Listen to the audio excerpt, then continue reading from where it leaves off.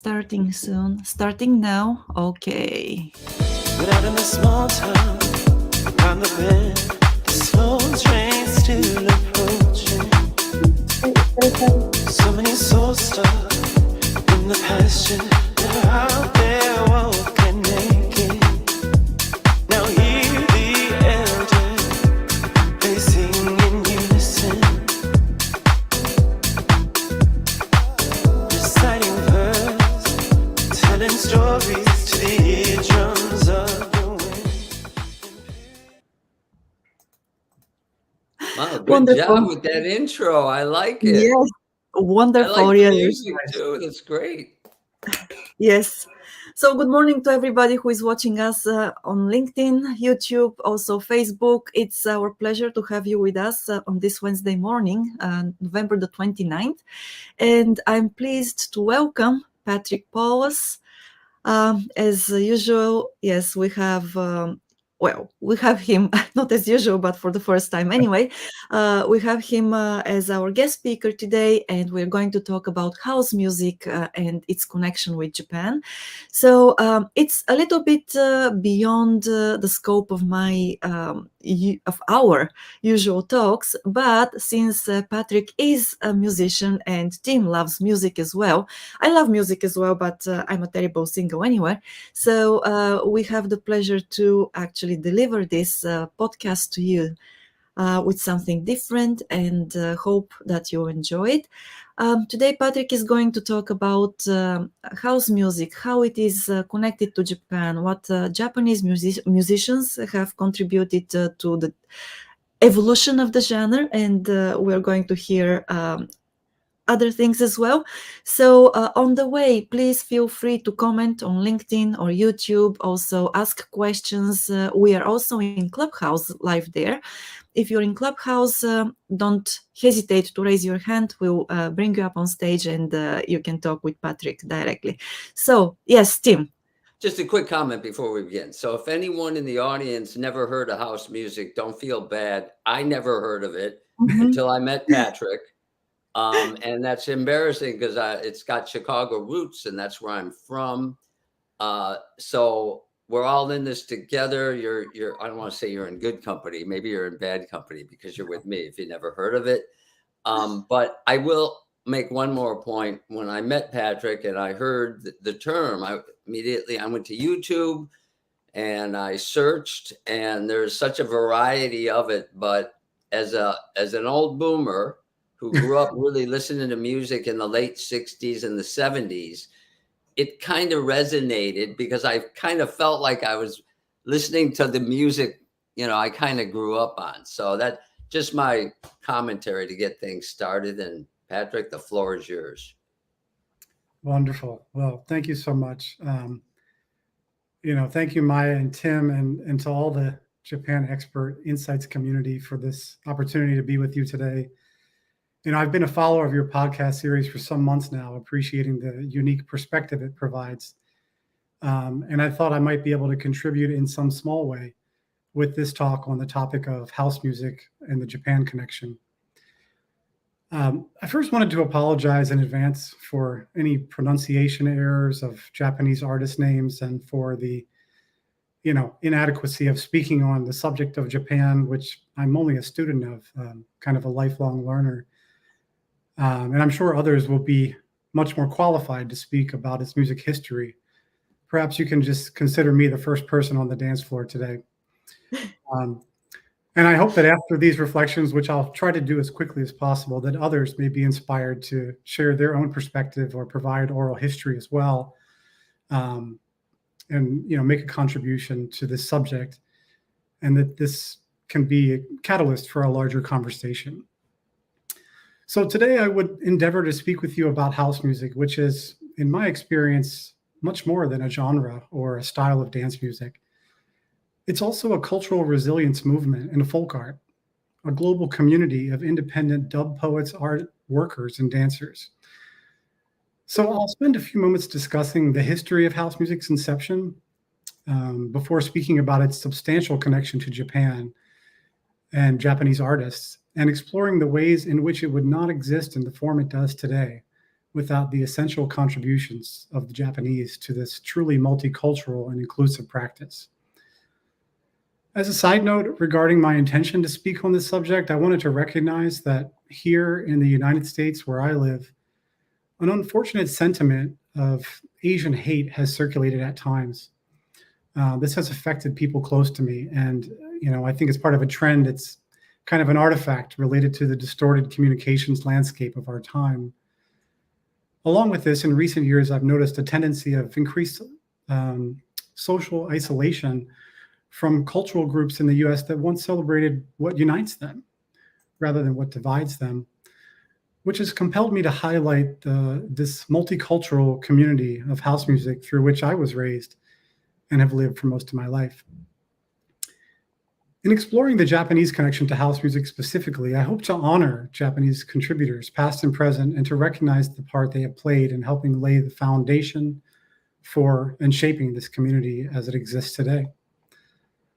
This, of course, brings me to the quixotic task of attempting to explain what house music is in 5 minutes, which is an inauspicious undertaking, considering that old adage, surely familiar to those who have come up on the dance floor, that house music is a feeling, a body thing, a soul thing, and cannot so much be explained as experienced.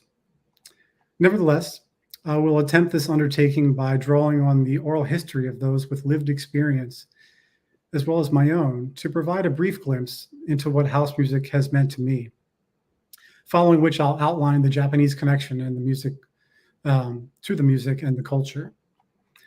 So if we're to reference the encyclopedia definition of house music, we will be given an adequate technical definition, to be sure, that house music is a dance music genre which maintains a 4-on-the-floor beat at around 120 beats per minute. That it evolved out of marginalized communities in Chicago when DJs began giving disco records a more mechanical beat. Although, if we turn our attention in particular to a very important documentary film titled The Woodstock of House, which premiered at the African Diaspora International Film Festival's opening night, held at George Washington University in Washington, D.C. on August 11th, 2023, we can take our understanding of this definition a bit further to grasp that house music culture is a resilience movement with important social and health functions, which have served both to liberate participants from mainstream pop culture enemy and to unify diverse populations of people from all walks of life for decades. It's a movement practice which combines elements of dance, ritual, theater, healing ceremony, with the power to address some of the most pressing concerns of today, such as loneliness, which the US Surgeon General has declared a health crisis, as well as the social division of populations, which I've already alluded to. House music is a culture where the quality of the sound system is paramount, and where the design and layout of the environment where these events take place is also key. In this practice, the dance floor becomes a canvas through which all the participants contribute to its manifestation as performers, to whatever degree they wish to. Now, the etymology of the house music term was said to have originated from a particular nightclub called The Warehouse in Chicago, where a DJ named Frankie Knuckles played diverse records that began to take on an overarching theme. The story goes that people in the community began calling this music house music because it was played at a nightclub called The Warehouse, where Frankie Knuckles was the disc jockey. Frankie Knuckles has a street named after him in Chicago, by the way. However, in these early days of its inception, the evolution of house music, both as a music style and a culture, took on a much more organic life of its own. Starting from a kind of unofficial colloquial term, it began developing, maturing, and spreading to other cities in the US and throughout the world. Today, it's not uncommon to hear African, Latin, Arabic, Asian influences represented in house music DJ sets, if you know where to listen. In the humanities field, we speak about a particular culture or movement as having what is called a foundational text, written words from which a collective of people draw their protocols or guiding traditions. In house music, the foundational text may very well be those timeless words orated by Chuck Roberts in 1987 on the song My House by Rhythm Control, produced by Tony Lewis. Words which regularly permeate sound systems to this day. The song goes, and I quote, "I am not so selfish, because once you enter my house, then it becomes our house and our house music. And you see, no one man owns house music, because house music is a universal language spoken and understood by all." The poem talks of a mythical being named Jack. It says, "Jack had a groove, and from this groove came the groove of all grooves." House music is a universal language spoken and understood by all. It continues, "You may be black, you may be white, you may be Jew or Gentile. It doesn't make a difference in our house." So it was dance music journalism publication Mixmag, which referred to these words as the most classic words in house music in a May 2018 article, a further nod to its position as the foundational text of the genre and culture. Now, I would interpret this poem from a literary standpoint as attempting to articulate the essence of what we share as human beings, that even with our unique attributes, our individual stories, we are each a piece of the same life force, of life itself. From an anthropological perspective, the principles outlined in this foundational text help to further crystallize house music as a distinct cultural group, while also presenting an open invitation for all to participate and to share in its ownership, while encompassing values of tolerance, inclusiveness, and peace. It seems to me that the founders of this dance music culture didn't want anyone to be excluded in the way they were excluded. They were practicing what literature scholar Martin Puckner has called cultural sharing.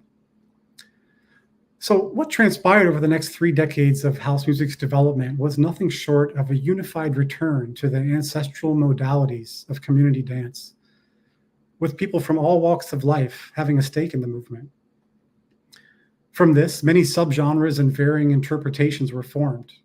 To be sure, some offshoot aberration lineages would take shape as well, which perhaps are represented by some of the most economically successful and widely publicized DJs today. But there's always remained a true tradition. House music is a movement which emerged at a time when the world was becoming increasingly connected through the possibilities offered by air travel, and when individual producers and artists began to have access to the technology and training to create songs in their own home and to communicate with the world and even travel the world as independent artists. So it was this set of circumstances through which the global community, or the global village of house music that exists in many parts of the world today, found its sustenance and footing.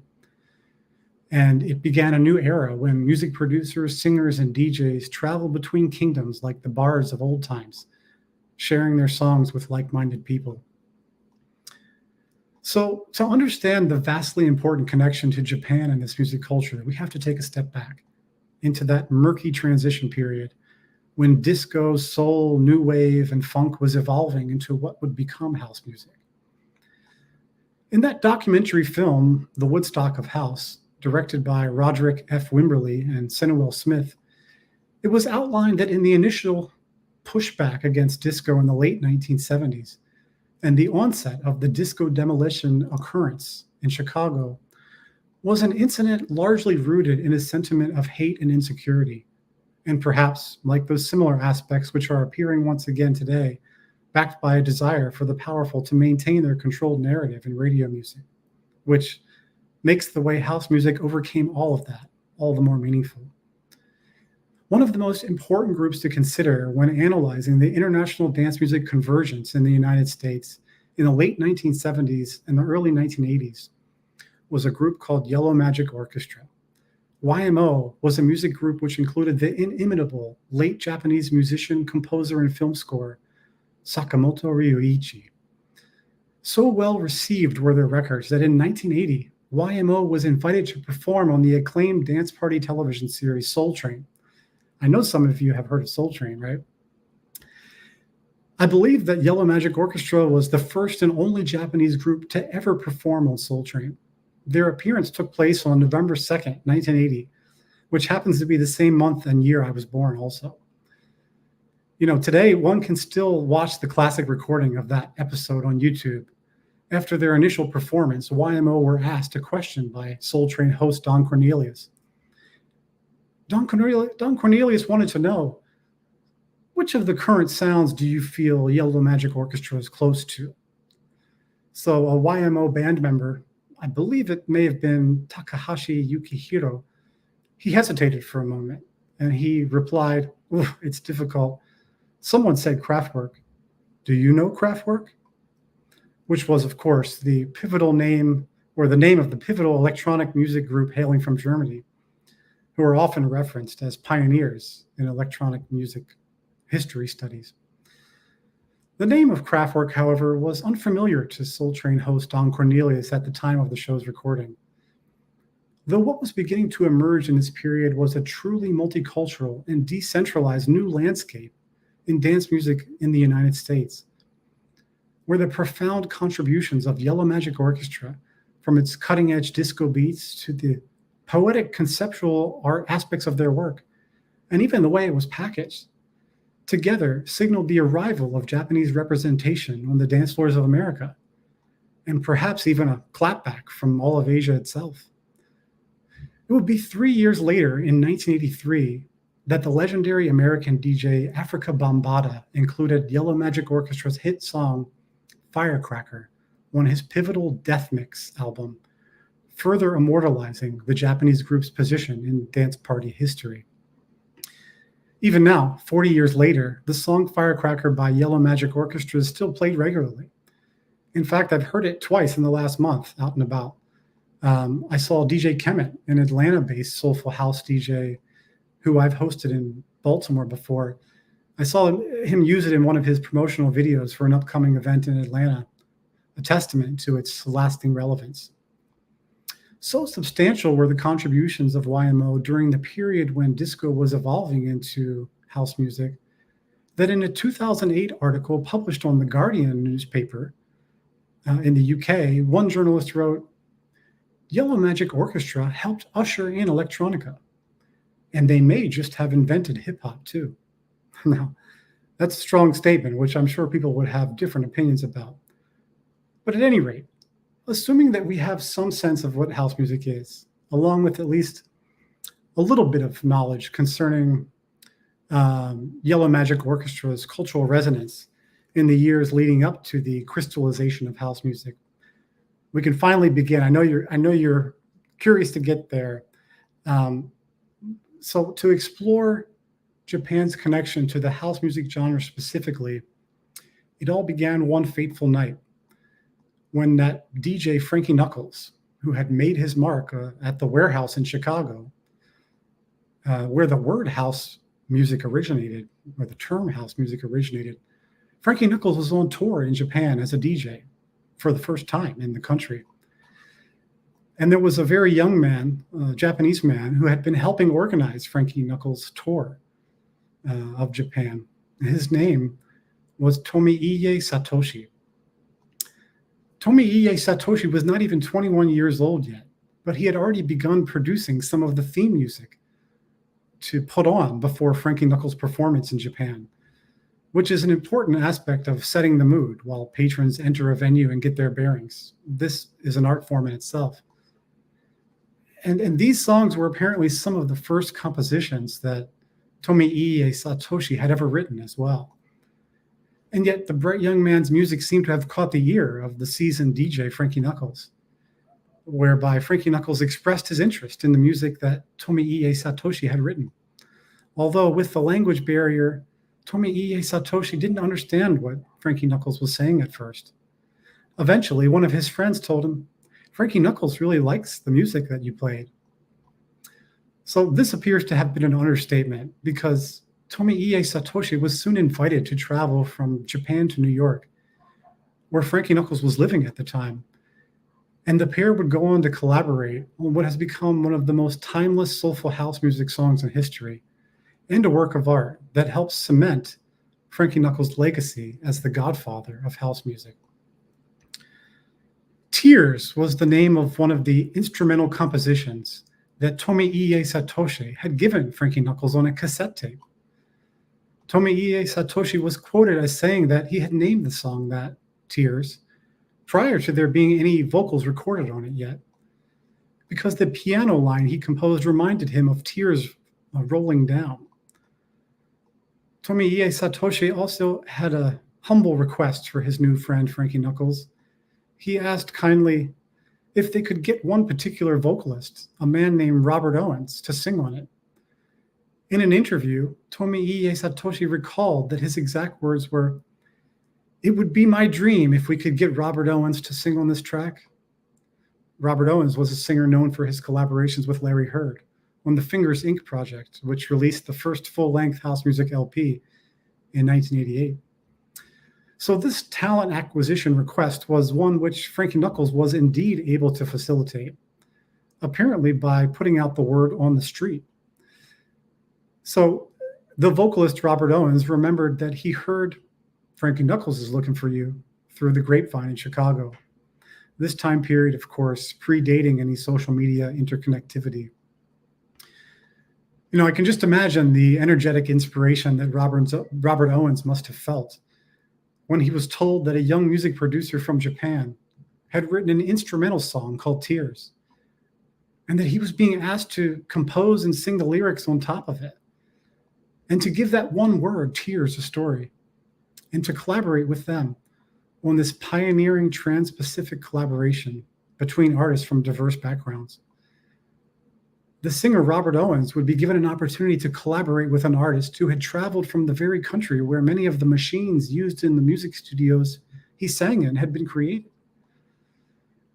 So these circumstances, I think, would certainly have played a substantial role in Robert Owens' heartfelt approach to writing and singing the lyrics on Tears. It was said that Frankie Knuckles acted largely as an executive producer on the Tears record, a kind of Quincy Jones. Frankie Knuckles also mixed the record, which is a critical part of giving it character and the ability to properly resonate in the club environment. So I'm sure some of you might know, if any of the folks I know are listening, that Tears became one of the most influential pieces of house music ever released, bringing a sense of vulnerability and emotion to the dance floor.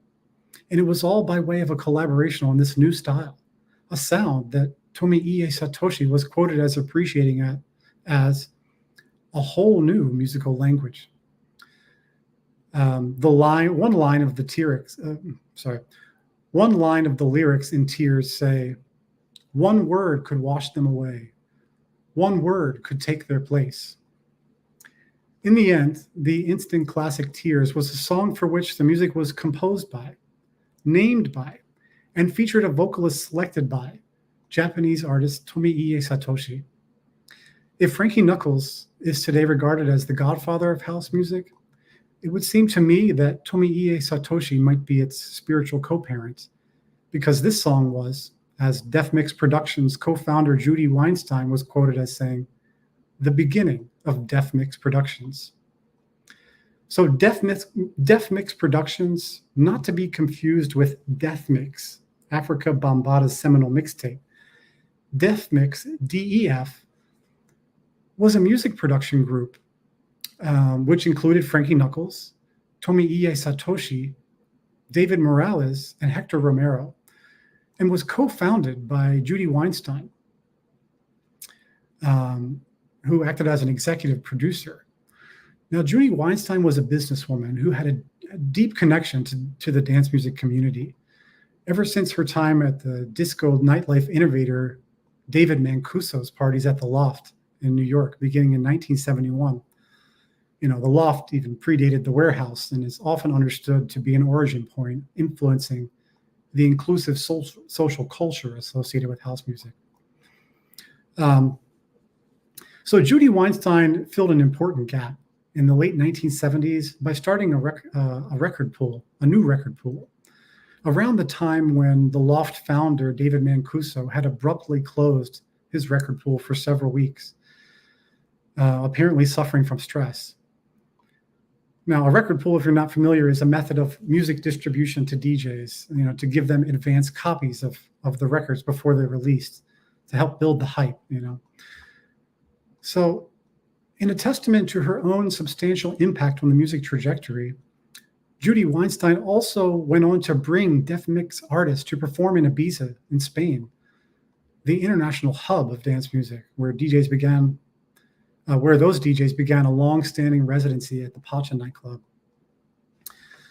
So the song Tears from Tomy Satoshi, Frankie Knuckles, and Robert Owens had gotten signed to FFRR, Pete Tong's highly influential label, a signing which was, as Weinstein recalled, a big deal at the time. Following the massive success of Tears, it wasn't long before a second hit song arrived from Judy Weinstein's Def Mix Productions group, this time featuring David Morales' own production, and that same vocalist, Robert Owens, that vocalist which Tomy Satoshi had requested to be sought out originally. And although the record's artist billing put Robert Owens in the spotlight this time, the song also featured keyboards by Tomy Satoshi. It was called I'll Be Your Friend. I'll Be Your Friend was an anthem that served as a clarion call for strangers connecting on the dance floor and was adopted by DJs like Danny Tenaglia and countless others. It was another example of cross-cultural collaboration from people hailing from diverse backgrounds. I'll Be Your Friend hit the #1 spot on the Billboard Hot Dance chart, which used club disc jockey sets to determine the most popular songs being played in nightclubs across the United States. Among his many accomplishments during his, this time period of his early career, it's my understanding that Tomy Satoshi also toured with YMO band member turned solo artist Sakamoto Ryoichi as a supporting keyboardist. Tomy Satoshi even remixed the iconic musician David Bowie, who had also appeared on Soul Train and who had starred alongside Sakamoto Ryoichi in the cinematic masterpiece, Merry Christmas, Mr. Lawrence. Certainly, Tomy Satoshi was an essential part of the next generation of Japanese artists fueling US dance floors in the 1990s. At the dawn of the millennium, when I myself was beginning to release music, I recall that Tomy Satoshi was even then remaining very relevant and was a household name among dance music promoters, DJs, producers, widely respected throughout the decade of the early 2000s, also for starting his own record label called Saul Recordings. And even if we all pronounced and ordered his name incorrectly, since many of us never heard a Japanese person say it, on Saul Recordings, Tomy Satoshi released music by artists such as Tigerhook Corp., Dan Berkson, Lexicon Avenue, Sean Cusick, Nick Ciccona, as well as his own original productions. To this day, Tomy Satoshi is still on top, actively touring and performing music, and he garners respect from the most important tastemakers in dance music today. Although his music has evolved considerably since those years of early collaborations with Def Mix Productions, but not in the traditional sense of the way music is understood to improve or evolve. His current project is called AA, which I understand stands for Abstract Architecture. I just bought a record of his a couple months ago, and I think he has a new record forthcoming on vinyl called Magic Hour. But these days, Tomy Satoshi's music is more minimal, more open, and stripped back. It doesn't seem to use vocals as much. Counterintuitively, and in contrast to musicians who would visualize their own evolutionary progress to include adding more sounds with more complex musical arrangements, Tomy Satoshi has, on the other hand, almost seemed to have taken away sounds in favor of a more meditative, simple, and finely crafted textured groove. It's a style of music which seems to allow for space in the frequencies by which the dancer can exist within the sonic landscape as a part of the environment, rather than having the music be projected or imposed upon them, an aspect perhaps bearing some similarity to how ambient innovator Brian Eno has described his own productions. Tomy Satoshi is known to perform with live He's known to perform live with varying hardware machines, another contrast to a largely computer-driven turntable performance sector. And I know we're pressed for time, but I would like to mention that over the last 4 decades, it was the Japanese manufacturers that have often been the makers of the creative tools which have empowered independent artists to express themselves, to communicate with the world, and to ultimately fashion their own unified community with a narrative that did not operate from a position where financial incentives were paramount. From Roland, the company who created the quintessential drum machines like the 808 and the 909, synthesizers like the Juno and the Jupiter, to Techniques, the gold standard in vinyl turntables. Even the way early gaming systems like Nintendo incorporated looped electronic music into their soundtracks. And of course, Pioneer, a company who has maintained a position as the global leader in digital turntable technology. What to speak of Akai, who created the legendary MPC samplers. Exploring, honoring Japanese manufacturers like these could in themselves encompass an entire segment and would do well to be considered by ethnographers interested in the subject. So to reference once again the film The Woodstock of House that I attended during the opening night screening of this year's African Diaspora International Film Festival in Washington, D.C., it was said that from a data standpoint, all the electronic music genres born out of house music are more widely listened to around the world in recent years than jazz, hip hop, or classical music. Which brings into question why this music culture is not given the position of prominence awarded to those other genres, particularly within U.S. art and culture institutions.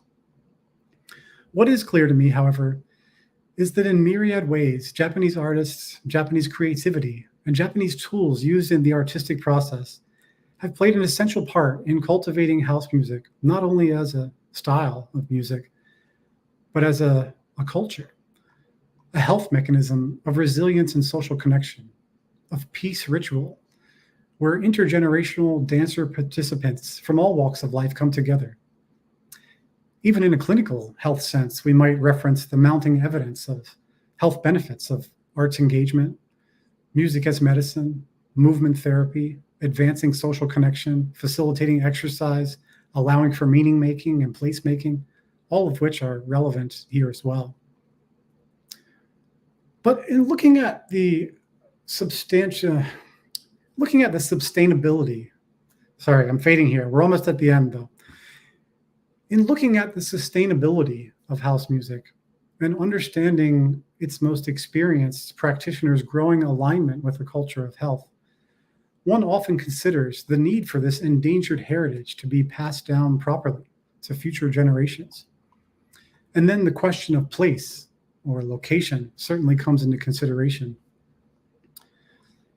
In contemplating this aspect of the work, I'm reminded of the words of Spanish poet Federico Garcia Lorca, who, during his 1922 lecture regarding the multicultural influences of cantijondo, or deep song, a sound that he believed represented the authentic music culture of the gypsy, a sound which he felt was the precious jewel of all of Spain, and which needed to be lifted out of the lower class. Of this music, he said, and it is these songs that for more than 50 years we have tried to confine to the taverns. So Lorca's words spoken over a century ago leave me wanting to understand how the places where house music regularly resounds and where its participants gather and dance may take a wider view and perhaps be given the opportunity to manifest more frequently in the theater, the opera, the museum, the national park, the public square, and in works of cinema, particularly those which draw from a literary rather than entertainment foundation. And these are contemplations which will largely be dependent on the recognition that music direction and artistic direction, in a similar way to that of air quality or water quality, may play a role in the health and safety of communities. So in closing, I would like to share a final quote from the singer Robert Owens, the early collaborator of seminal Japanese house music pioneer Tomy Satoshi.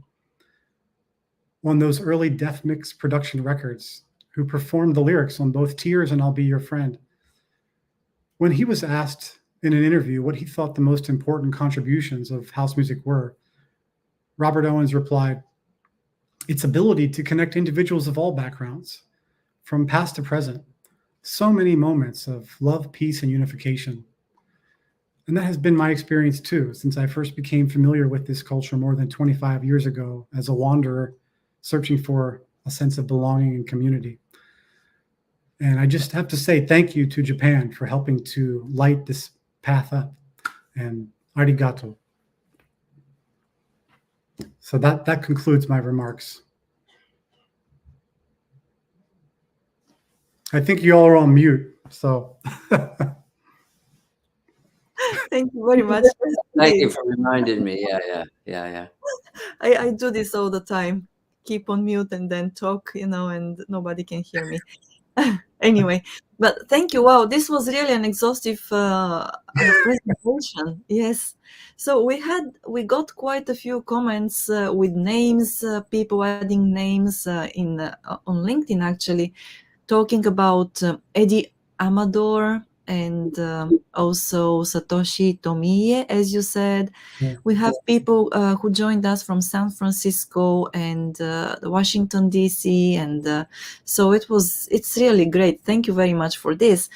But once again, we have people also in Clubhouse. Yeah. So everybody in Clubhouse, if you have questions, please feel free to share them with us. And then, once again, I have to say that I didn't know, just like Tim, obviously, I didn't know anything about house music until I met you, Patrick. And I didn't know even that it had anything to do with Japanese artists and so on. And now it was really wonderful to hear that there has been crossover and there have been contributions and so on. But also I wanted to ask you, I know that you compose music as well. So is the genre you compose in house music, or is it a different one? Not only, house music. Sometimes I make ambient music. Sometimes I make disco, avant disco. Sometimes I'll incorporate an Afro beat. So I think house music is a gateway to a higher level of music curation. At least that's what it was for me. And I think there's, if you look at some of the DJs that are in this sphere, you will find that, they have a lot of different genres to offer as well. Some genres which I'm sure Tim knows about, because Tim, unlike me, actually has a connection to some Japanese artists. So I'm really eager to hear his storytelling too. Yeah. And Tim, you're from Chicago, of all places in the United States, right? Oh, you're on mute. I am. Yes. And my musical journey, again, it's kind of fun. Patrick, when was the demolition again? What year was that? Oh, I think it was in the late 70s. I want to say 78 or 79, because it was. No, it had to be before that, because I was there and I left Chicago in 75. I'm pretty sure I was. This says 1979, July 12th. Maybe I'm wrong. Is it really? Wow, that's interesting. I thought I was there. No, I guess I wasn't, but I remember it. I remember the disco demolition. And it's funny how you characterized it, because how would I say this? There was, back then, growing up in the 70s, there was the rock and roll tribe, and then there was the disco tribe, right? And some of it maybe involved lack of inclusiveness, but a lot of it was just young, dumb kids picking a side, tribalism, and I like rock and roll, man, and there was no depth to that other than you were a rock and roller, right? And then I think we mentioned this offline. Some of us, like in my case, I loved soul. Like I loved Earth, Wind and Fire. And rightly or wrongly, I saw the commercialized version of disco as a kind of a lot of it as a cheap ripoff of that really deep, soulful sound that like Earth, Wind, and Fire put out, right? So some of it was that as well, because it got cheesy. My generation, you're listening to the top 40 and you're hearing the same stuff over and over again. And, so there was some of that going on. So that's just one comment, kind of a side comment. Very true. The other thing that kind of strikes me when I listen to you, my generation, if you wanted to create music, you had to learn an instrument.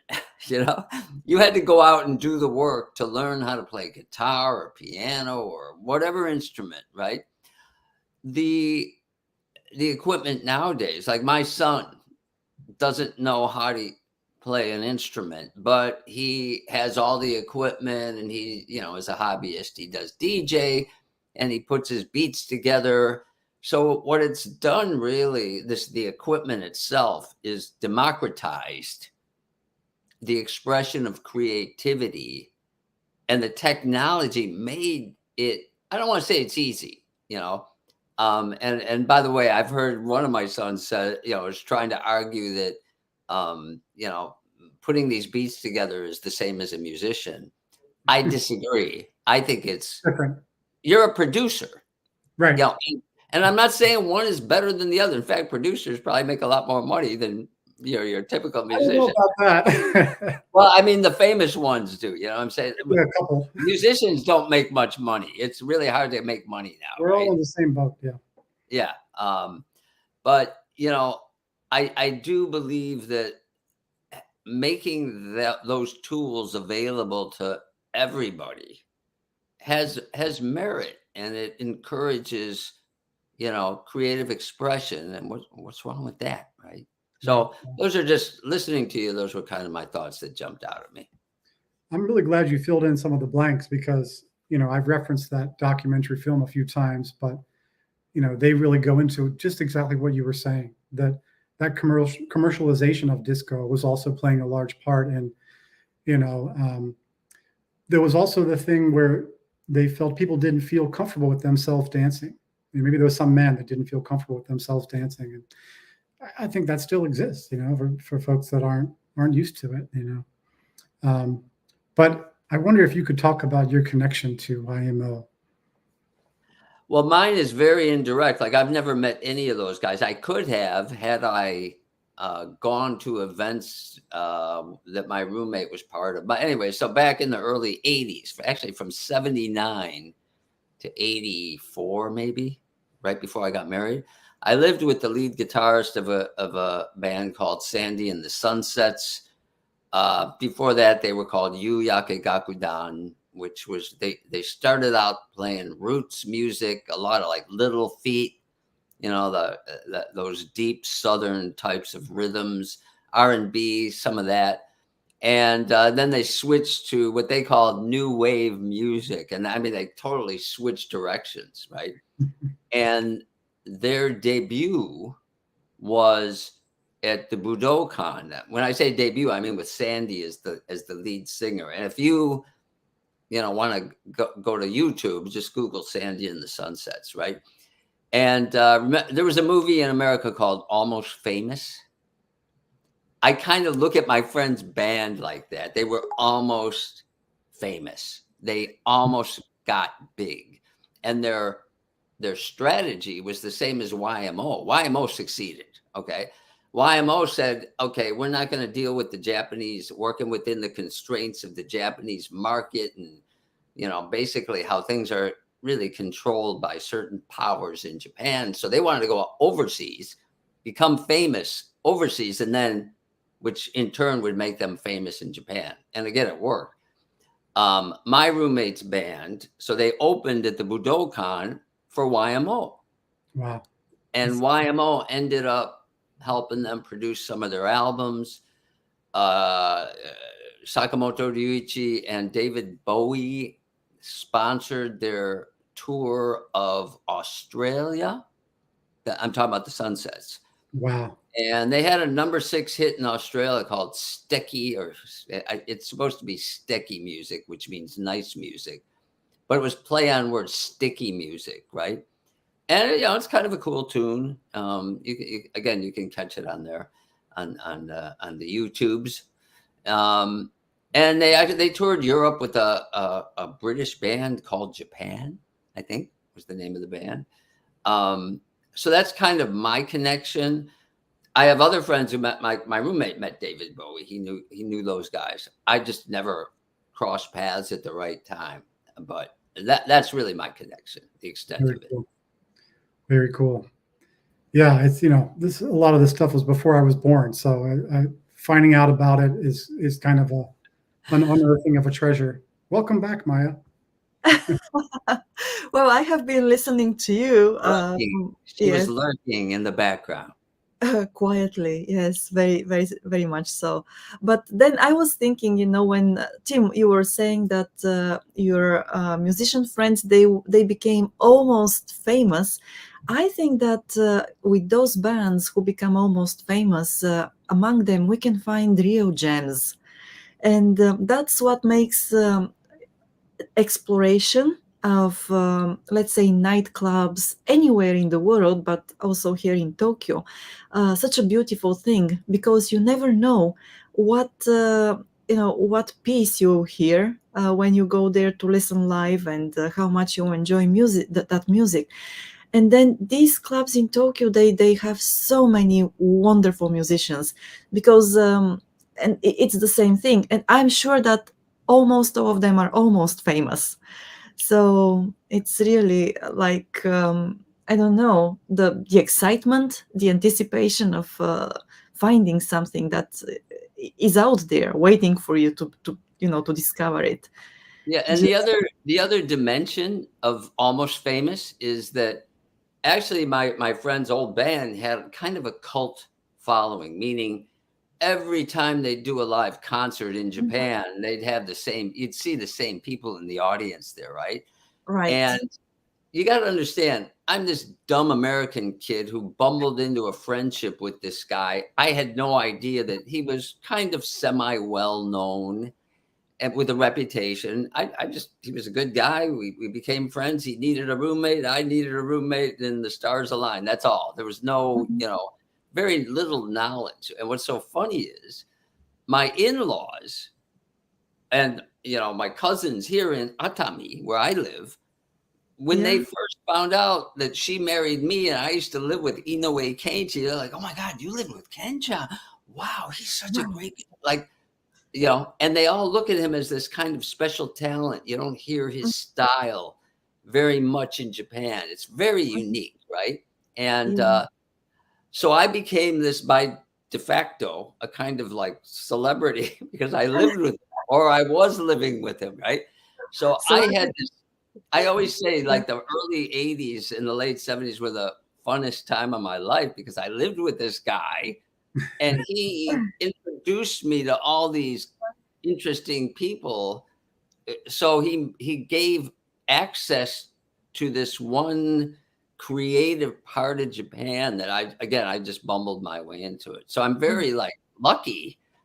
At the time, I didn't know how lucky I was, right? I look back and I realized, oh my gosh, what a great opportunity for a young single guy in Japan to live through, to the point where I almost took it for granted, like, oh, I guess everybody experiences Japan like this. And of course it wasn't that way. So yeah, that's so cool to hear from you. And Maya, I really like what you said also about discovering something new. That there's something to be said for going out and not knowing the music you're going to hear, because it's exposing you to new vibrations. And of course there's a place for familiar songs too. And I see somebody put in the chat of Clubhouse some names of artists, and for me it would be a dream for me to play with DJ Nori one day, just putting it out there. Right. And I recognize others as well, so very cool. Yes. Yeah, very kind of people to tune it from the other part of the world. Yes, okay. But then there is another thing that I actually wanted to read to you on LinkedIn. So we have a comment from Fabian Tejada or Tejada. I'm sorry if I mispronounce your name. And then it is, please share the archived stream because Patrick Paulus dropped so many deep cuts. So yes, I will do that, Fabian. Thank you very much for the prompt. In fact, I think we should say thank you to Fabian also for he designed the intro. Oh, So really? Oh, thank you amazing. so very much. Yeah. Yes, thank you for this cool intro. Very We talented appreciate motion it. graphics designer, and he should be recognized for that. So. Right. Yes, thank you very much for this. And then, yes, well, to everybody, I mean, for our regular listeners, they know that these live streams, they remain open for viewing on LinkedIn, Facebook, and also YouTube. So everybody who wants to see them again, they can just go there and watch them. But of course, the audio recording is available in Clubhouse. So for the Clubhouse users, you can go back and listen to the audio at any time that is convenient for you. And Maya, are you closing? no, I am No, not. yet? No, just okay, no. good. Okay. Yes, Yuka. I'm not closing. Sorry, thank you. I was like, because like I told you before, thank you, Patrick, for a very enlightening topic. Actually, I live in the far end of this planet. Like my world is really coincide or coexist with music. So of course, I knew the name. Ryuichi Sakamoto. He's just such an iconic, guy in the music, or maybe not only the music in the Japanese society. But I never heard of the name, the Satoshi Tomy. Actually, I looked up his last name. It's like a nice last name. I think it means rich house. Yeah. It's a cool name. But anyway, my question again. Oh, and then I'm kind of known to throw a sort of a question from the left field. So please, I've heard your questions before. please. So how people sort of pick up a music. Like it didn't come out the way. So how you pick this? It kind. Yuka? Is that okay? Yes. Could you repeat your question one more time? You just cut out a second at the last part.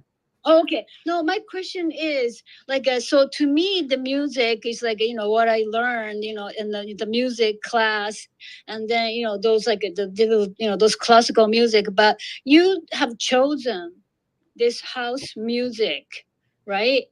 So how people go about picking on the type of the music that they want to focus on?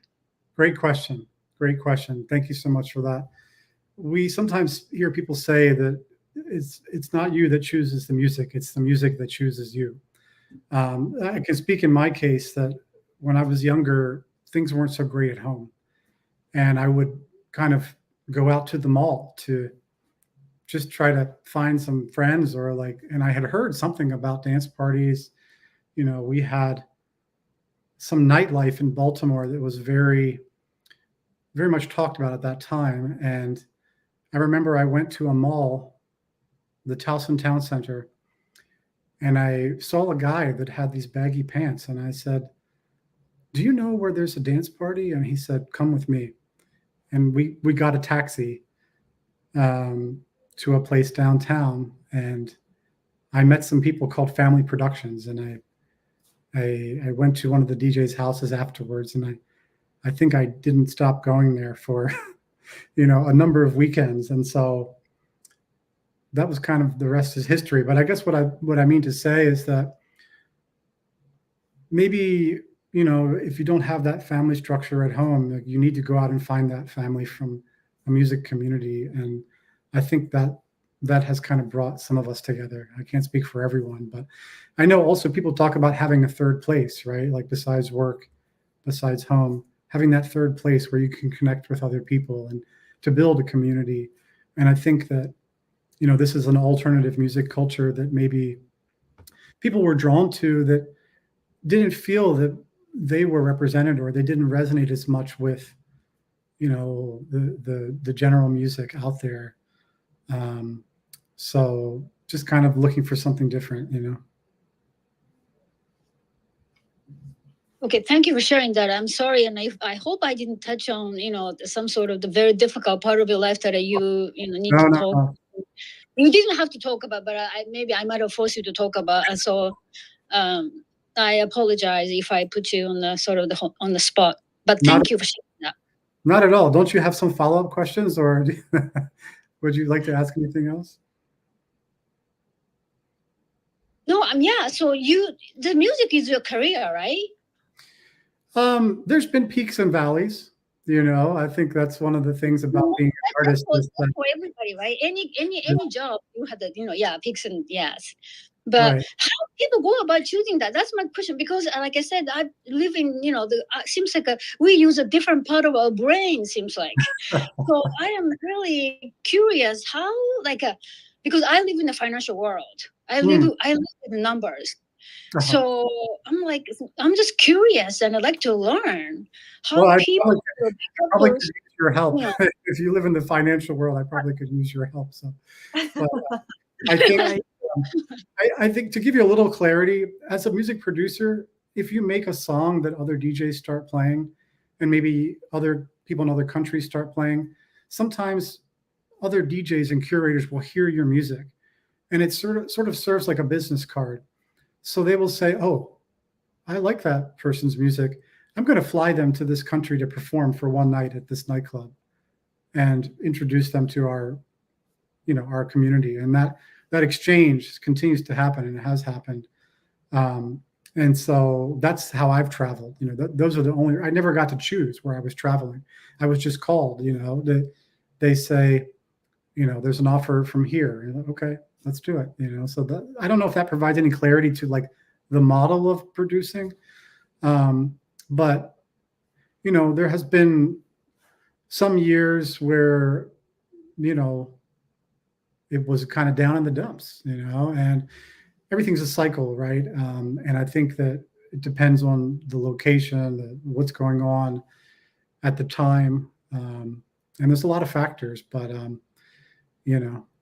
hope that provides a little clarity, Yuka. Did I answer your question, or did I just spin myself? Yes. And then like you said, it's so true though. Everything comes with cycles, and then when I hit the bottom, it's only next move will be upward. So anyway, I don't know what I'm saying, but anyway, thank you.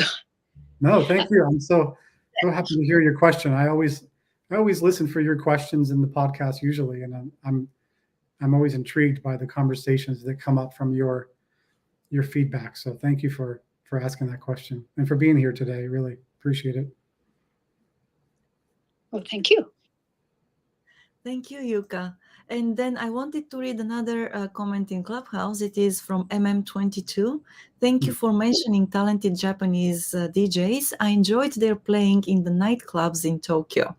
So here is this feedback as well. So thank you very much for tuning in.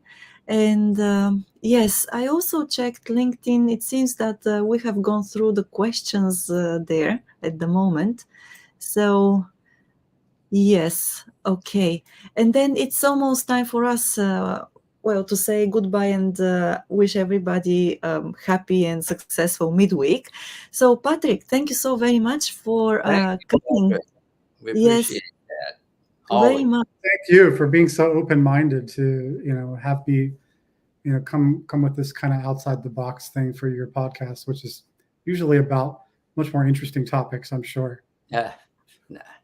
It's all different, it's just a different flavor. We like to explore different avenues and, especially if there's some kind of cultural connection, and as Maya has said many times, kind of our overarching philosophy is we're about bringing people together, connecting people. Right. And, there's enough divisiveness in the world. And so we like to go in the other direction and focus on stuff that brings people together. So this is definitely one of those many things, music in general, but, specifically the house music. So it was great to, get a grounding in where it came from and what it means. And again, thank you very much for coming on today.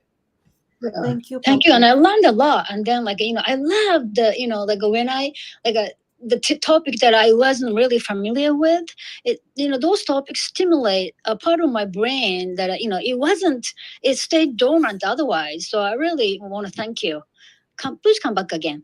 Yes, please do. Yes, we're going to work on this. So yes, for the sequel of this conversation. So thank you very much. And we have one more piece of music as closing here. This is once again Patrick's music. Thank you very much. And here we go. So enjoy it. And we'll see you on Sunday morning at 8:20 when we have the Japanese Politics One-on-One with Timothy Langley. And next week on Wednesday at 8 o'clock when we're going to talk with Nanako Aramaki. Okay, so here we go. Have fun.